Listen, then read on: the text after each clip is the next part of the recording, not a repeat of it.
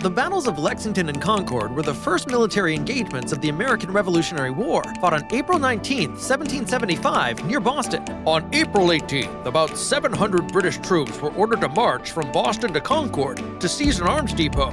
Patriot militia under Captain John Parker first encountered the British troops early on the 19th on the Lexington Green. While the colonists were dispersing, a shot was fired, and when the smoke cleared, 8 militiamen lay dead, while only 1 redcoat was injured.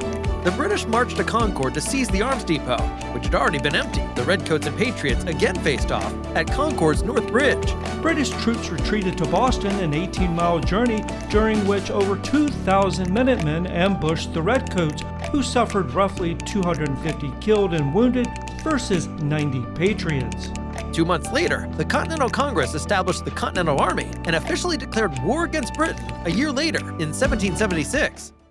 The capture of Fort Ticonderoga in May of 1775 was the first significant American victory in the American Revolution. Located on the shores of Lake Champlain in northern New York, the fort was strategically important as it controlled access to Canada and the Hudson Valley. Previously a French garrison named Fort Carillon, it was captured by the British and renamed in 1759. On May 9th, Benedict Arnold and Ethan Allen, along with 80 Green Mountain Boys, rode across Lake Champlain and stormed the fort in a swift late-night attack. There were no serious injuries on either side. After Allen departed, Benedict Arnold took command of the fort until he was relieved in June. In the winter, Henry Knox was sent to Fort Ticonderoga to collect 59 cannons and howitzers and transported them to Boston during the spring siege.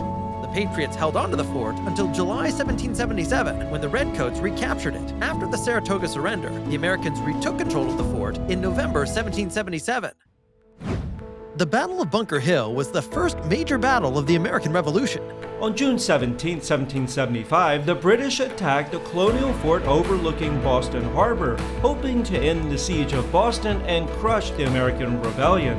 Interestingly, the battle was not fought on Bunker Hill, but on nearby Breed's Hill, where colonial troops had built a fort overnight, thinking it was Bunker Hill. Breed's Hill was much smaller, but closer to British positions. The Americans under Colonel William Prescott were outnumbered and outgunned. Still, they fiercely resisted and fired only when they saw the whites of their eyes, but ran out of ammunition and had to retreat. After 2 hours of fighting, the British drove the Patriots off the hill.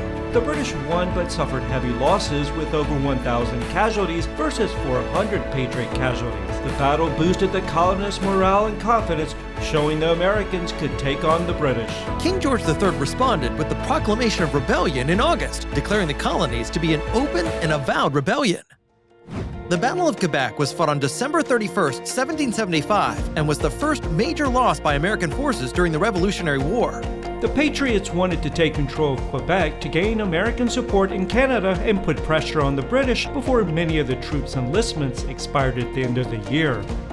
Both General Richard Montgomery and I led the American Continental Army. General Guy Carleton led the British. We gave a good fight, but the British staunchly defended Quebec. Montgomery was killed in battle, and my leg was wounded. The American Army suffered heavy losses, with 50 killed and over 400 captured. In the British Army, only 5 were killed in the fight.